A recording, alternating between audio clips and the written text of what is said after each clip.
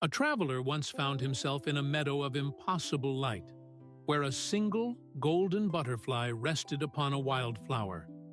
It was the most beautiful thing he had ever seen, a fragment of the sun itself, shivering with life. In a sudden rush of fear, the fear that such beauty might vanish, he closed his hand over it. He gripped it tightly, his knuckles turning white, convinced that by holding it, he possessed its light. He walked for miles, his palms sweating, his heart racing with the anxiety of the keeper. But when he finally reached his home and opened his fingers, he did not find beauty. He found a crushed spirit, a smear of dust, and a life extinguished. He had not protected the butterfly, he had murdered it with his own grip. We are all that traveler. We walk through the meadow of our lives, terrified that the things we love, our status, our relationships, our security, will fly away if we do not squeeze them until our hands ache. Our era has taught us that to love is to own, and to succeed is to control. But we are tired. We are exhausted, not because we are doing too much, but because we are holding too hard to things that were meant to flow through us, like the wind through the pines. We live in a constant grip culture. We grip our career ladders as if they were lifeboats in a stormy sea. We grip our children's futures until they can no longer breathe. We grip our own digital reflections, checking our screens every few minutes to see if the world we are trying to manufacture is still standing. We live in the shadow of the drop, that silent, gnawing fear that if we let go for even a single breath, everything will shatter. If these words find a resonance within your spirit, perhaps you might leave a mark of your presence, a simple like, or a subscription to our shared path. I often sit and wonder where these reflections find a home. Tell me in the comments below, the city or the distant land from which you are listening tonight. It brings a warmth to my heart to see how far the message travels. And if you feel moved to support this hearth, there is a small heart with a currency symbol beneath this video, a thanks gesture. As this space does not always find favor with the loud algorithms of the world, any small kindness you offer helps us keep the fire burning, and these videos coming to you every day. For those who feel a deeper call to understand the rhythm of life, I have gathered some quiet reflections in a guide titled Master the Right Moment. It is a study of timing, the art of knowing when to act and when to wait, folded into pages that you can find linked in the comments below. It is a companion for those ready to walk a more intentional path. Consider, for a moment, the profound illusion of ownership that governs our days. We walk through this world as if we were masters of the terrain, yet we are merely guests at a table we did not set. This is the first great weight we must learn to set down, the belief that anything in this material realm truly belongs to us. We speak of my house, my money, my reputation, but in the eyes of the Tao, these are but temporary arrangements of atoms, borrowed from the great storehouse of the universe. To be attached to them is like trying to grasp the smoke from a ritual fire. The harder you close your fist, the more it escapes through your fingers, leaving only the scent of burning on your skin. As the old master Lao Tzu whispered to us through the ages, the more we store up, the more we have to lose. He saw that the man with the largest granary was the one who slept the least, for he had to guard his grain from the rats and the rain. In our modern voyagem, this manifests in the frantic way we treat our belongings. Think of the visceral spike of adrenaline you feel when a new glass screen cracks, or when a dent appears on the side of a car. In that moment, it is not just the object that is damaged, it is your peace. You feel as though a piece of yourself has been torn away. But if we practice the art of non-attachment, we begin to realize that the phone has simply begun its inevitable return to the elements. It was never ours. It was a tool in our care for a brief season. When we release the psychological grip on the object, we find that the crack in the glass does not have to be a crack in our soul. This does not mean we become indifferent or cold. To the contrary, non-attachment allows us to love more deeply. When you stop trying to bottle the sunset, you are finally free to actually look at it. Have you ever noticed how, when we see something beautiful, our first instinct is to take out a phone and record it? We want to have it later. But in the act of trying to capture it, we stop experiencing it. We are no longer in the meadow. We are in the camera lens. The sunset is a gift precisely because it is fleeting. Its beauty is born from its impermanence. By letting it go as it happens, we honor its true nature. We must learn to treat our lives like a river, fecund, flowing, and impossible to pause. To try to dam the river is to create a stagnant pool. To let it flow is to stay forever fresh. This is the secret of the unburdened heart. It enjoys everything, but possesses nothing. This brings us to the subtle strength of Wu Wei, the art of action through non-action. Many in our frenetic world mistake this for passivity or laziness, but it is the furthest thing from it.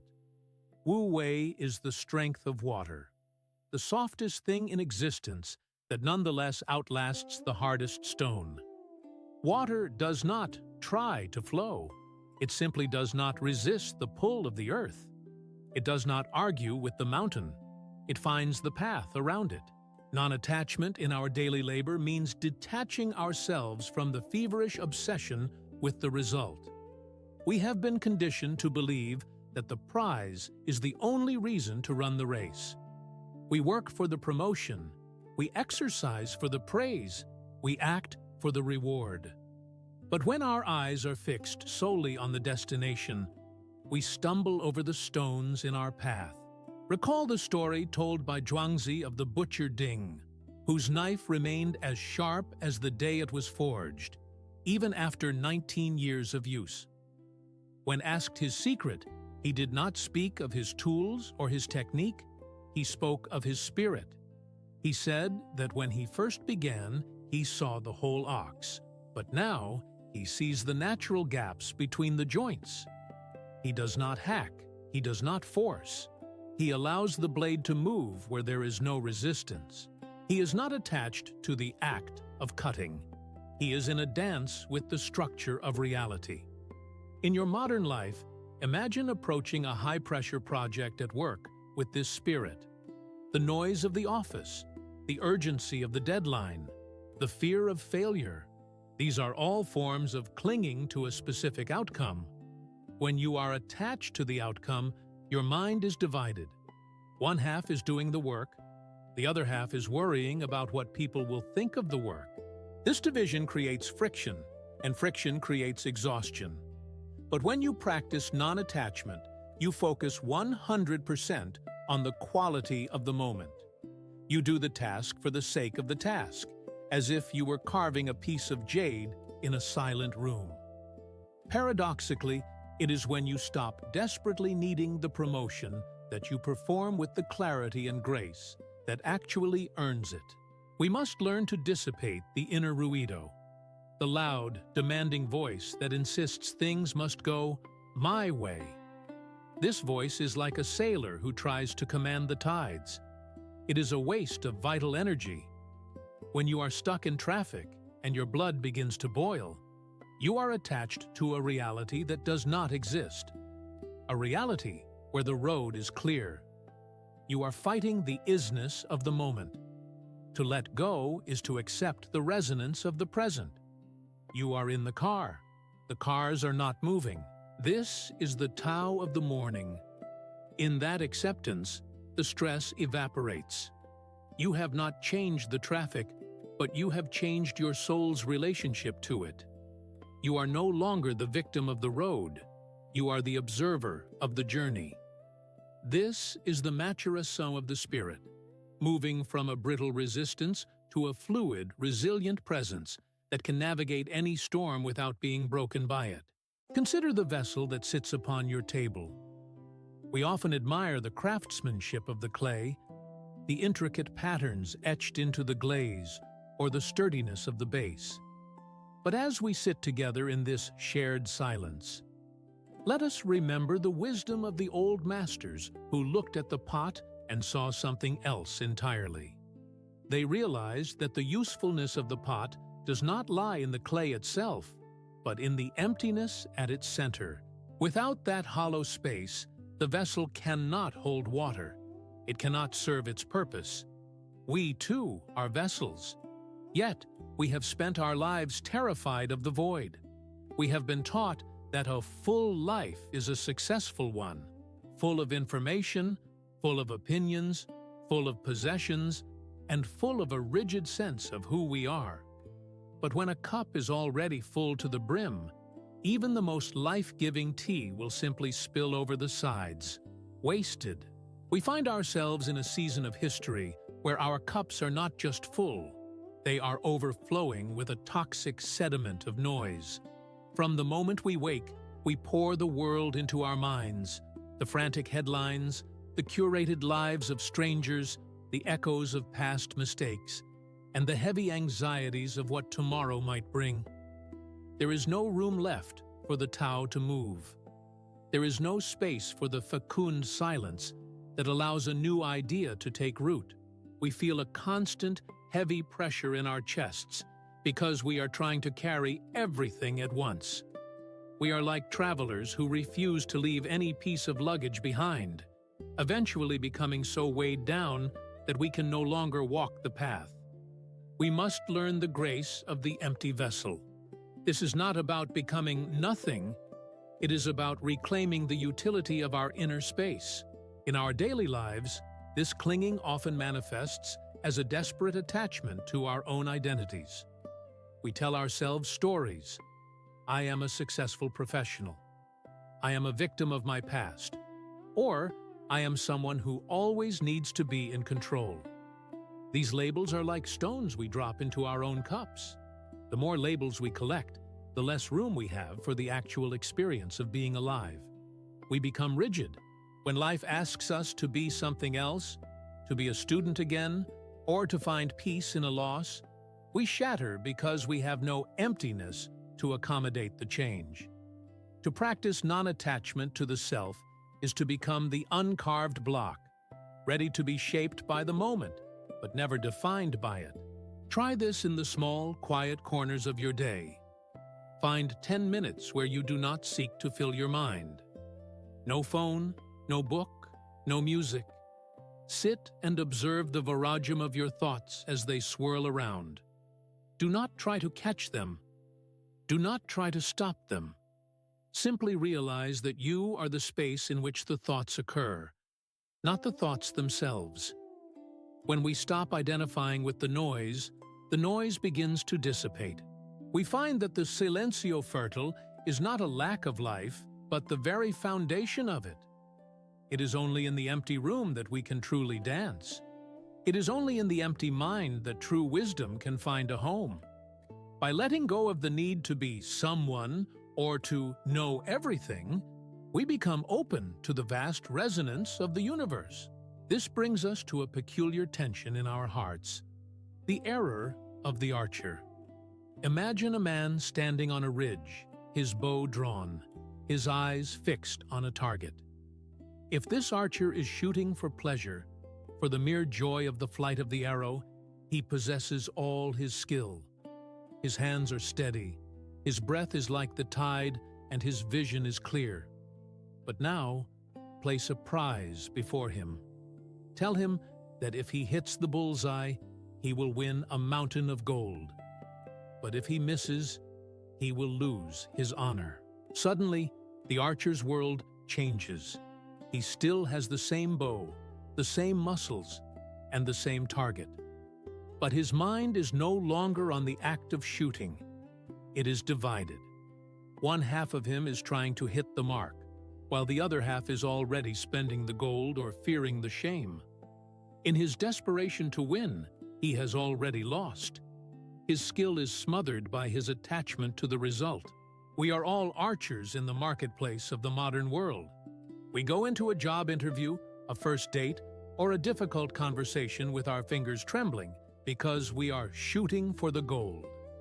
We are so attached to being liked, being right, or being successful that we lose the very presence that would make those things possible.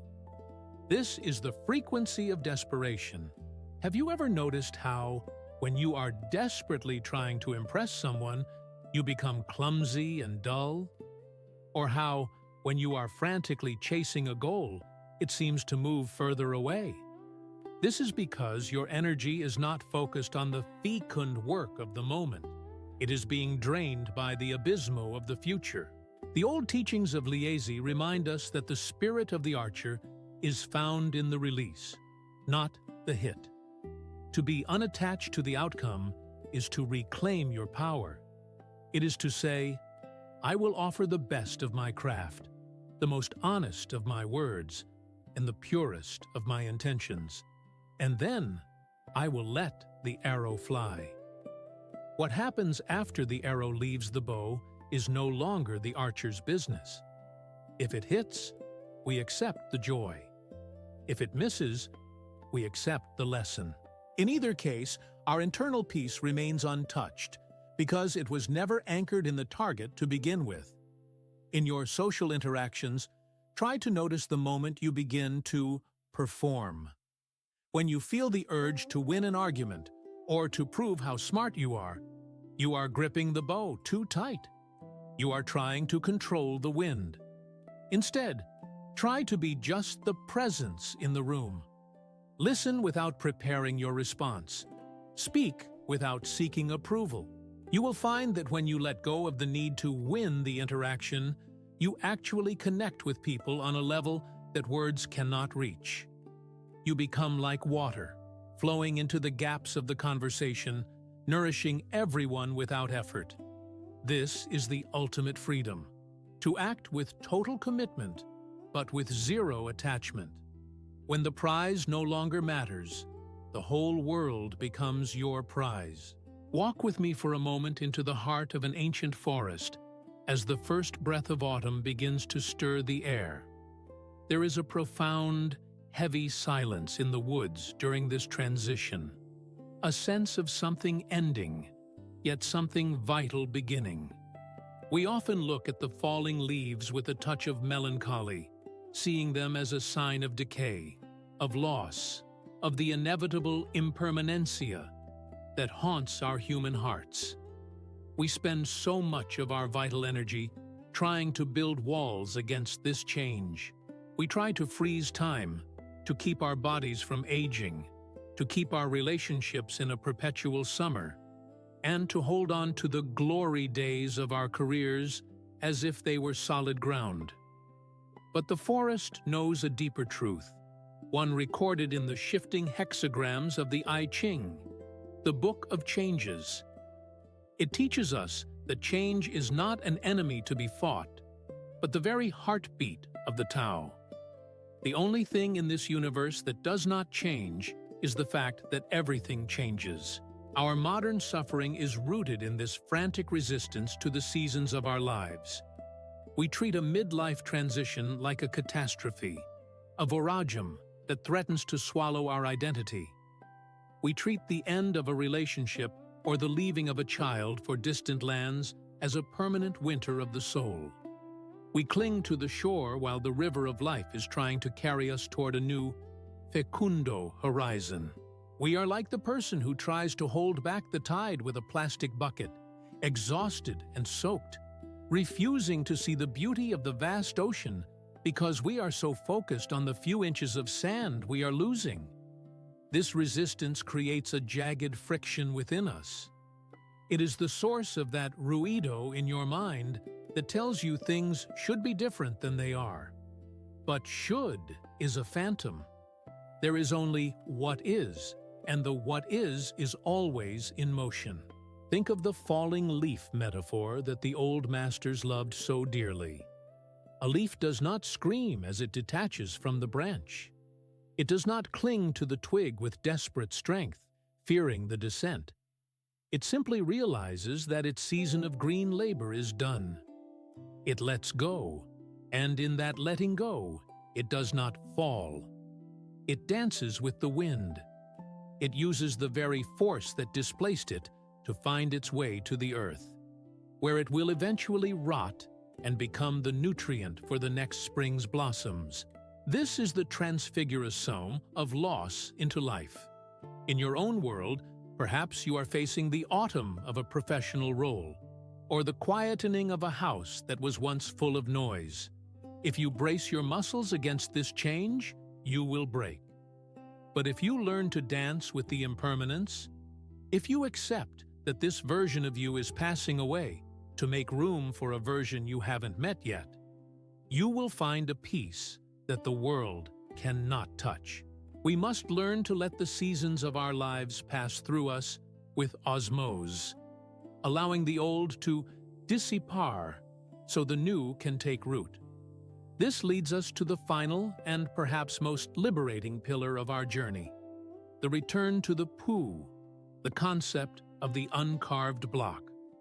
When we are born, we are like a fresh piece of timber, whole and full of infinite potential. But almost immediately, the world begins to carve us. Our parents, our teachers, our bosses, and our digital social circles take their chisels to us. They carve us into the shape of a doctor, a good citizen, a success, or a failure. We begin to believe that the shape we have been carved into is who we truly are. We become deeply attached to these masks, these rigid identities that require constant maintenance. We are exhausted because we are trying to sustain a carving that was never meant to be permanent. We are like a statue trying to pretend it isn't made of stone, terrified that a single chip will reveal the nothingness beneath. Lao Tzu spoke of the beauty of returning to the original simplicity of the Pu. To be unattached to your own importance is the greatest power a human being can possess. Imagine the freedom of no longer needing to be the smart one in the room, or the wealthy one, or even the one who has it all together. When you are attached to a role, you are a prisoner of everyone else's expectations. If you are the strong one, you are never allowed to weep. If you are the success, you are never allowed to fail. But when you return to the state of the uncarved block, you realize that your true value lies not in the shape you have taken, but in the subtle essence of the wood itself. You are so secure in your nothingness that you can play any role without being consumed by it. In the frantic theater of modern life, this has a very anchorar effect. Consider the social obligation, the party you don't want to go to, the committee you don't want to join, the image you feel forced to project on a screen. Why do we say yes when our souls are screaming no? It is because we are attached to the identity of being likable or relevant. We fear that if we let go of that carving, we will disappear. But the sage knows that by saying no to the noise, you are saying yes to the silencio fertile of your own soul. You are reclaiming the power to be nothing in the eyes of the world, which is the only way to be everything in the eyes of the Tao. This is not a hiding from life. It is a resonancia with it. When you are no longer attached to being someone, you are finally free to be yourself. You find that the abysmo you feared, the fear of being forgotten or unimportant, is actually a vast, open sky where you can finally spread your wings. True power is not found in the height of your pedestal, but in the depth of your roots and the lightness of your spirit. We have traveled far together through the landscapes of the heart, from the crushed butterfly in the meadow to the uncarved block in the center of our being. And now, we reach the final clearing in the woods, the moment of transfiguration. Throughout our lives, we have been told a great lie, that letting go is a form of defeat. We are taught that it is an admission of weakness, a white flag raised in the face of a world that demands we win. But as we stand here in the twilight of these reflections, I want us to see this truth with new eyes. Letting go is not the act of losing, it is the act of opening. It is the transition from the tightened fist, which can hold nothing but its own tension, to the open palm, which can receive the entire universe. Imagine, for a final moment, that you are standing upon a high ridge, and a great storm begins to move across the valley. Most of us have been trained to meet the storm by bracing ourselves. We clench our muscles, we lock our knees, and we grit our teeth, trying to outlast the wind. But a body that is rigid is a body that breaks. The oak that refuses to bend is the first to be uprooted. If you instead relax your grip on your own life, if you soften your shoulders and open your palms to the rain, the storm does not destroy you. It passes through you. You become like the air itself, untouchable, spacious, and free. You remain standing not because you were stronger than the storm, but because you were no longer its target. This is the power of the unburdened soul. When you stop defining yourself by what you possess, what you achieve, or what others think of you, you find that the heavy backpack you have been carrying for decades has simply vanished. You feel a sense of lightness that is almost dizzying. This is not the lightness of a vacuum, but the lightness of a bird that has finally realized it doesn't need to carry the branch it was sitting on. Before we part ways and return to the noise of the world, I invite you to join me in a small, silent ritual of the spirit. Tonight, as you prepare for sleep and the world grows quiet, name just one thing that you have been gripping too tightly. Perhaps it is a resentment toward a person who hurt you. Perhaps it is a desperate need for a certain project to succeed.